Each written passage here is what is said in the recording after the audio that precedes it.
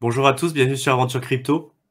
Aujourd'hui, on est avec Thibaut de la chaîne Éternel Étudiant pour parler et pour échanger sur le futur des crypto-monnaies et plus précisément sur le thème de savoir ce qu'on pense sur le fait que, au final, est-ce qu'on pense qu'il y aura une crypto-monnaie qui va prendre le dessus sur toutes les autres et répondre à tous les besoins de l'écosystème, ou plutôt on se dirige vers un futur plus multi-chaîne avec des spécialisations sur chaque blockchain qui vont jouer le rôle un petit peu voilà, de répondre à des demandes différentes et se spécialiser dans une activité, dans un domaine précis, avec voilà, pas forcément être en concurrence avec les autres blockchains, mais plutôt se complémenter sur différents domaines d'activité précis. Donc peut-être Thibaut, tu peux commencer, voir ce que tu en penses par rapport à ça.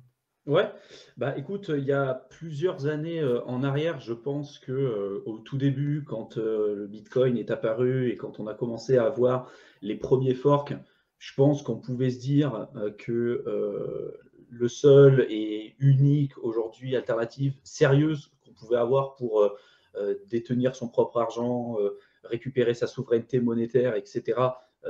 Bah, en fait, il n'y avait pas vraiment de choix, quoi. On avait le Bitcoin et puis c'était tout.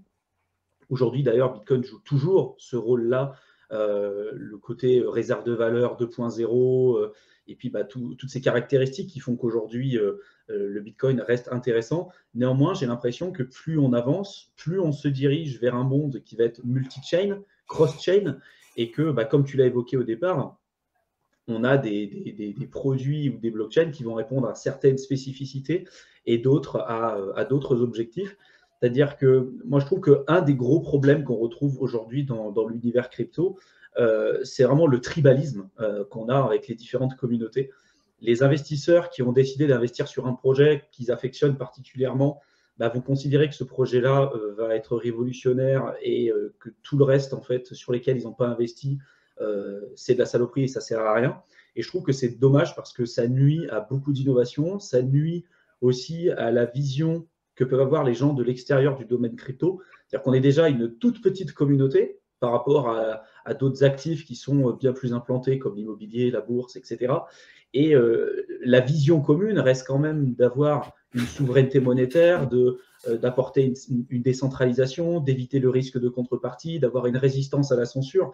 Et après, je trouve que bon, il y a des projets qui poussent plus ou moins dans cette direction, mais que le tribalisme, en tout cas dans l'univers crypto, c'est quand même très dommage parce que ça, ça, ça, ça pousse beaucoup de gens en fait à, à s'attaquer les uns les autres, alors au lieu de pousser vers une vision commune. Et je le répète, aujourd'hui, j'ai l'impression qu'on se dirige beaucoup plus vers un univers cross-chain, multi-chain, plutôt qu'avoir une seule et unique blockchain qui va répondre à l'ensemble des objectifs. Je ne sais pas ce que toi, t'en penses aujourd'hui, mais voilà, moi c'est vraiment la vision que j'en ai à l'heure actuelle, quoi.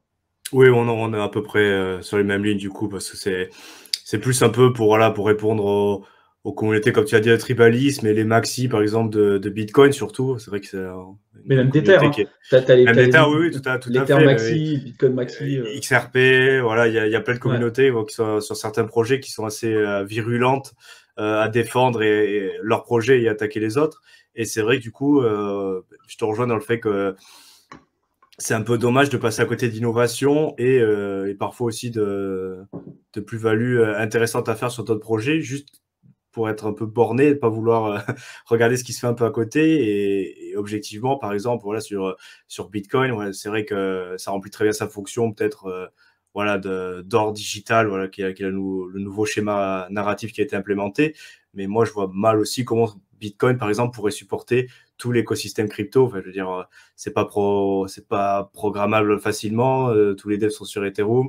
Et puis les capacités de la blockchain, bon, c'est voilà, maintenant il y a des choses qui sont beaucoup plus rapides, il y a des évolutions qui ont été faites. Du coup, voilà, ça a son rôle à jouer, mais ça peut pas, comme certains pensent, supporter tout l'écosystème monétaire mondial, plus supporter les NFT, les contrats intelligents, voilà, uniquement une chaîne.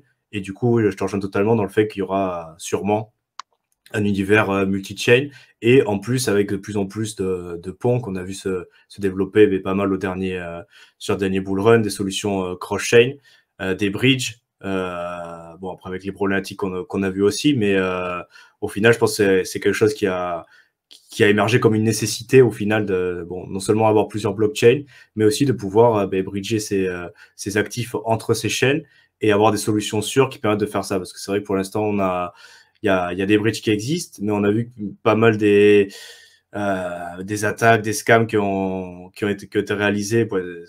Ça a été fait sur ces bridges-là, à partir des contrats qui n'étaient pas forcément optimum, qui n'étaient pas audités ou qui n'étaient pas sûrs à 100% parce que c'est encore assez nouveau. Mais je pense que dans les années à venir, comme on l'a dit sur d'autres vidéos, au final, les innovations qui émergent lors d'un cycle haussier et qui arrivent à perdurer durant le cycle baissier, au final, ça va être un potentiel très intéressant pour le prochain cycle haussier, où là, justement, les projets qui ont su résister à la vague baissière et se développer et développer un produit qui tient la route, au final, c'est eux qui profiteront du prochain cycle haussier avec des belles réussites à la clé. Et franchement, avoir des solutions cross-chain, par exemple, il y a le projet Torchain, voilà, qui est un système intéressant de cross-chain décentralisé. Voilà, je pense que c'est des projets qui sont intéressants de suivre. Voilà, ça permet d'ouvrir d'autres opportunités, d'ouvrir des choses qui étaient jusqu'à présent pas accessibles ou pas concevables de manière décentralisée.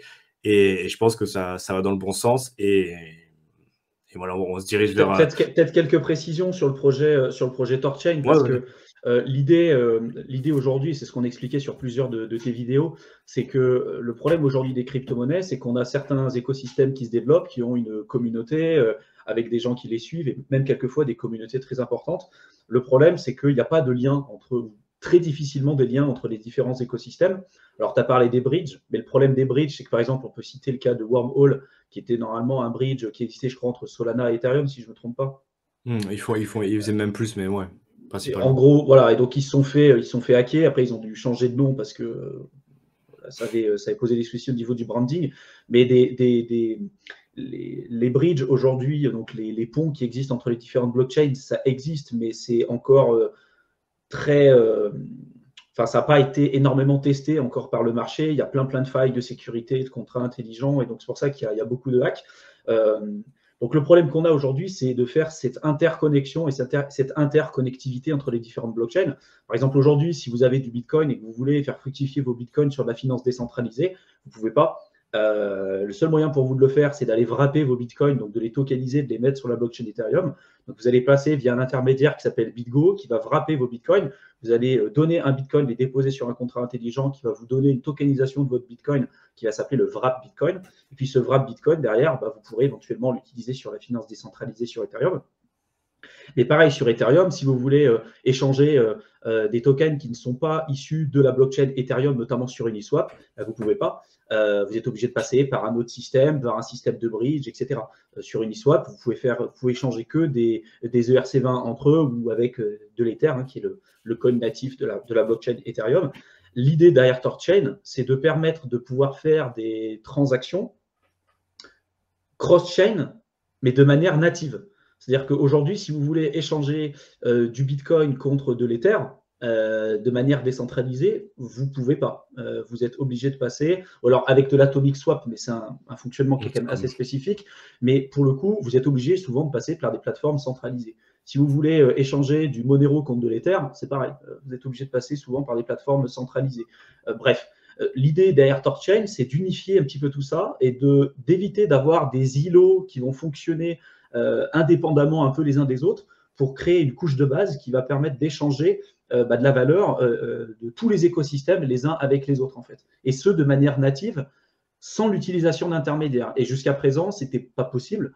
Ça n'existait pas, donc à voir. Et puis Torchain a eu pas mal de soucis aussi. Ils se sont fait hacker 2 ou 3 fois, je ne sais plus combien de fois ils se sont fait hacker. Mais voilà, je pense qu'on en est encore qu'au tout début, mais tout aujourd'hui laisse à penser qu'on se dirige beaucoup plus vers un univers comme ça sur lequel, en fait, il y aurait plein de blockchains différentes qui vont communiquer les unes avec les autres et chacune aurait des objectifs différents plutôt que d'en avoir une seule qui va tout se développer. Et d'ailleurs, pour complémenter juste ce que je viens de dire, les Bitcoin maximalistes disent, en fait, Bitcoin, en fait, vu que c'est entre guillemets une monnaie programmable, on est capable de prendre toutes les innovations qui se fait à côté et puis de les implémenter sur notre propre blockchain, en fait. Et c'est là où je ne suis pas forcément d'accord. Et parce que si on prend juste les dires de Vitalik Buterin, qui est le fondateur d'Ethereum, au départ, il avait essayé de coder et de faire Ethereum sur Bitcoin, ça n'avait pas fonctionné. Donc, il a développé tout un écosystème pour créer des applications décentralisées et puis faire ce qu'on connaît aujourd'hui.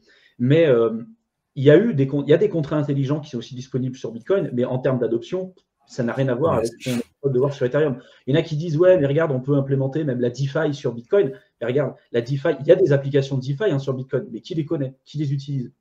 Très peu. Enfin, en termes d'adoption, c'est rien. On peut parler aussi du Lightning Network, tu vois. Le Lightning Network, déjà, il faut bien comprendre que le Lightning Network, c'est pas Bitcoin, hein, c'est une couche supérieure à Bitcoin qui a un autre modèle de sécurité, qui a un autre type de fonctionnement, etc. Qu'en termes d'adoption, on n'est absolument pas là où est-ce qu'on devrait être. Et puis, en termes de nouvelles mises à jour, bon, bah, sur Bitcoin, il y a eu Segwit et puis il y a eu Taproot. Après, derrière, encore une fois, c'est peut-être pas forcément une mauvaise chose. Il y en a beaucoup qui considèrent que le fait que rajouter des nouvelles innovations et faire autant de changements que ce qu'on peut avoir sur du Bitcoin, sur de l'Ether, par exemple, c'est une force aussi qui fait que Bitcoin est comme ça. Parce que bah, c'est un code qui est censé être immuable, c'est censé être la hard money, comme on dit aussi en anglais, et que le fait qu'on ait une blockchain qui a un historique aussi long ou sur lequel il n'y a pas eu énormément de changements pour éviter de faire des problèmes, d'ajouter des bugs ou d'ajouter des soucis au niveau de l'écosystème, ce n'est pas forcément une mauvaise chose, et surtout quand on considère le Bitcoin comme étant une réserve de valeur. Je veux dire, l'or, aujourd'hui, les métaux précieux, c'est une réserve de valeur. Bon, bah, on n'a pas besoin d'ajouter des changements à l'or ou aux métaux précieux pour que ça joue le rôle de réserve de valeur. Et je pense que pour Bitcoin, aujourd'hui, ça joue très bien ce rôle-là. Tu vois. Et le problème qu'on a avec ce tribalisme, c'est qu'on a toujours, bon, déjà ce schéma narratif qui va changer au niveau des écosystèmes. Au départ, Bitcoin, c'était peer-to-peer électronique cash system. C'est censé remplacer le cash. Au final, ce n'était pas possible. Ensuite, c'était la monnaie programmable. Bon, c'est compliqué de programmer des trucs sur Bitcoin. Et puis ensuite, ça a été le rôle de réserve de valeur, l'or 2.0, l'or digital. Et là, ça fonctionne un peu plus. Pour Ethereum, au départ, c'était le super ordinateur mondial décentralisé. Ensuite, ça a été la structure pour créer des DAO, donc des Decentralized Autonomous Organizations, des organisations autonomes décentralisées. Ça, pareil, il y a eu un gros flop parce qu'il y a eu le hack de The DAO en 2016 qui a fait scinder en deux les communautés entre Ethereum classique et puis Ethereum Proof of Work, qui ensuite, avec le merge, est devenu Ethereum Proof of Stake. Et aujourd'hui, on est en train, la communauté d'Ethereum, et notamment les Ethereum maximalistes, commence à parler de ultrasound money, parce que si on considère que Bitcoin est une hard money parce qu'on a un halving et que sa politique monétaire est connue et que ça sera capé à 21 millions, alors l'Ether, qui pourrait avoir une politique déflationniste dans les prochaines années à condition qu'on ait beaucoup d'Ether qui soient brûlés avec l'EIP 1559 notamment, etc., et qu'on arrive sur une politique monétaire qui soit déflationniste, alors l'Ether serait considéré comme de l'ultrasound money. Et c'est là où je trouve que c'est dommage parce que en fait, ils sont en train de se phagocyter en fait, les uns des autres sur des schémas narratifs qui pouvaient bien coller à l'un et puis pas forcément à l'autre. Je ne sais pas ce que toi t'en penses, mais je trouve que le côté réserve de valeur pour Bitcoin, aujourd'hui, ça fonctionne bien et il n'y a pas besoin, peut-être, il n'y a pas besoin de faire de la DeFi, de faire des smart contracts, d'ajouter tout un tas de trucs en fait sur Bitcoin parce que aujourd'hui, il y a des alternatives qui le feront bien mieux. Tu vois. Si demain tu vas avoir de l'anonymat ou tu vas avoir du côté vie privée sur Bitcoin, ça ne sera pas possible. Il y en a plein qui disent ouais, mais c'est bon, sur Lightning Network, ça te rajoute de la confidentialité.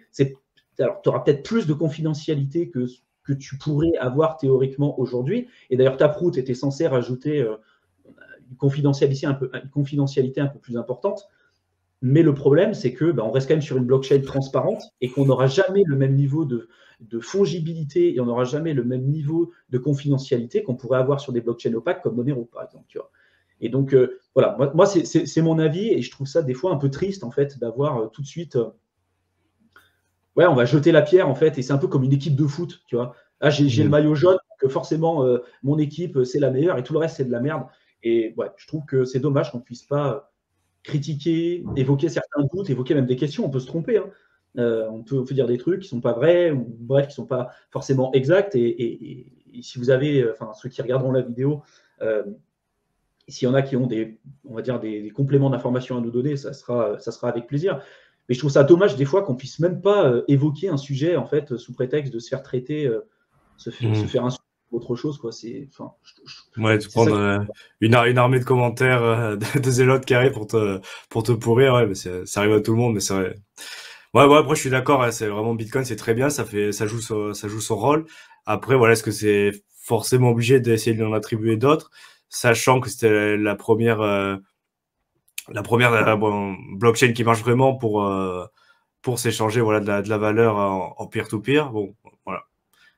Ça marche très bien. Après, voilà, si on veut de l'anonymité, je sais pas si ça se dit comme ça, mais bon, L'anonymat. anonymat.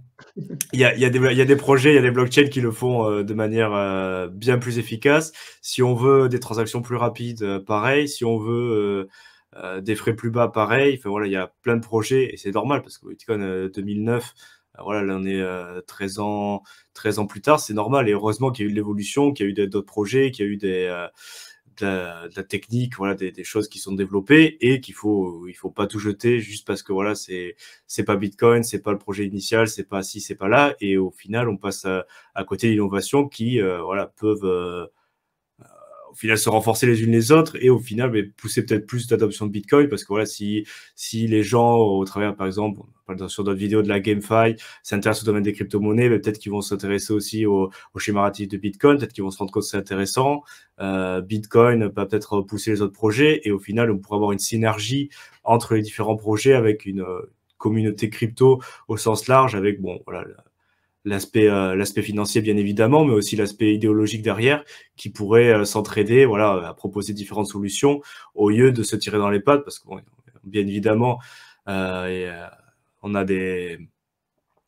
bon, des organismes, des États qui sont pas forcément pour cette communauté-là, pour cette technologie, parce qu'ils ont des intérêts un peu contraires à tout ça. Et du coup, bon, c'est vrai que non seulement si les ennemis extérieurs ils sont très puissants, voilà, ils sont bien organisés, ou pas forcément d'ailleurs, mais bon, si en plus on commence à se tirer dans les pattes, voilà, parce que tel ou tel projet est supposé meilleur, au final, personne n'y gagne, et c'est juste un peu, enfin, du brouhaha, et en plus on perd au niveau communication externe sur certains aspects qu'on pourrait peut-être plus influencer, je parle notamment pour les régulations qui arrivent, voilà, si on arrivait au niveau de l'industrie peut-être à avoir une voix un peu plus commune, un peu plus structurée et pas voilà présenter une image de communauté qui se jette les pierres les unes sur les autres, peut-être que ça pourrait au final bénéficier à tout le monde dans le cadre des évolutions réglementaires et des combats qui restent à venir parce que voilà dans les années à venir ça va être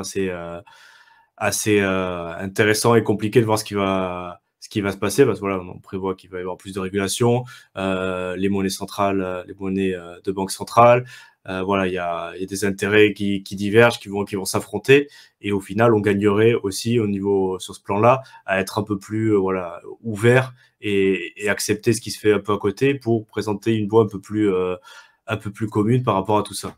Voilà, Mais après, moi, ce que je dis souvent, c'est que les crypto-monnaies, au-delà d'être un véhicule spéculatif important, ça reste des outils. Donc après, tout dépend de ce qu'on veut utiliser. Si on veut de l'anonymat, bah, il y a des blockchains qui le font très bien. Si on veut avoir le côté réserve de valeur, bah, on a quelque chose aussi. Si on veut faire de la finance décentralisée, des NFT, de la GameFi, etc., il y a des écosystèmes qui se développent. Et je pense que si on veut driver aussi une adoption de masse, on est obligé d'apporter des services qui vont parler un peu à tout le monde, tu vois. Même aujourd'hui, des projets sur lesquels on n'aurait pas misé un copec, comme le cas du Dogecoin ou du Shiba Inu, par exemple, c'est des projets qui ont drivé une communauté complètement dingue, et bien plus que d'autres écosystèmes qui sont là depuis bien plus longtemps, tu vois. Et je me dis, tu vois, des fois, un truc tout bête de se dire, tiens, vous, ce que vous aimez, c'est les chiens, bah, voyez, on a quelque chose. Et hop, on ramène les gens et on leur montre, bah, voilà, en quoi le Dogecoin, c'est mieux que, par exemple, certaines monnaies fiat pour le coup, ou en quoi c'est moins bien, par exemple, que le Bitcoin, que l'Ether et autres. Et ça permet de toucher différentes communautés, tu vois. Ça permet de toucher différentes personnes, différents objectifs. Et c'est comme ça qu'on arrive à une adoption de masse, tu vois. C'est pas en se tirant dans les pattes et en considérant aussi qu'à partir du moment où on parle d'un projet, on est forcément contre les autres, tu vois. Enfin, moi, du moment, en fait, je l'ai remarqué hein, sur ma chaîne, sur le marché des cryptos, du moment où on parle d'un projet, on va dire, bah voilà, ce projet-là, je l'affectionne particulièrement pour telle ou telle raison, ou celui-là, je l'aime un peu moins bien. Pareil pour telle ou telle raison. Bah, du moment où on va parler d'un projet, on va considérer tout de suite, de facto, que tu es contre tous les autres. Bah non, tu vois, je peux très bien aujourd'hui utiliser Ethereum et puis bien aimer Bitcoin aussi, aimer, j'en sais rien moi, Cardano, Solana, et puis pour autant aussi voir les failles qu'il peut y avoir là-dedans, tu vois. Tout dépend après de ce que vous voulez faire. Si vous y allez pour on va dire pour un combat plutôt idéologique, après, si vous y êtes vraiment comme 99% des gens pour faire de l'argent, je trouve ça hyper dangereux d'y aller avec un peu votre maillot de foot là, de supporter, parce que là, ça veut dire que émotionnellement, vous êtes trop investi dedans en fait. Et derrière, si demain le projet fondamentalement il tient plus la route parce que je sais pas, il y a des critères qui font que c'est plus intéressant d'investir dessus ou qu'il faut que vous vous sépariez de votre investissement, vu que vous êtes trop investi émotionnellement dedans, vous ne le ferez pas. Vous ne vous séparerez pas de ce projet-là. Et moi, c'est ce que je dis tout le temps. Si vous êtes là pour faire de l'argent, il n'y a aucun mal à ça. Si l'aspect idéologique, libertarien et tout ce qu'on explique, c'est pas forcément ce qui nous vient en premier abord, c'est OK. Mais dans ce cas-là, il faut agir en conséquence. Tu vois.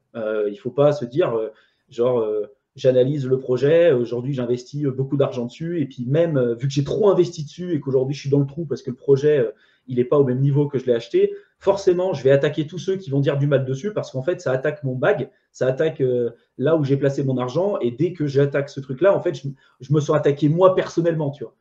Et pour moi c'est plus un souci de gestion de la part de la personne qui ressent ça plutôt que de celle qui va éventuellement omettre des critiques ou pas, tu vois. Mais que ce soit des critiques constructives ou non.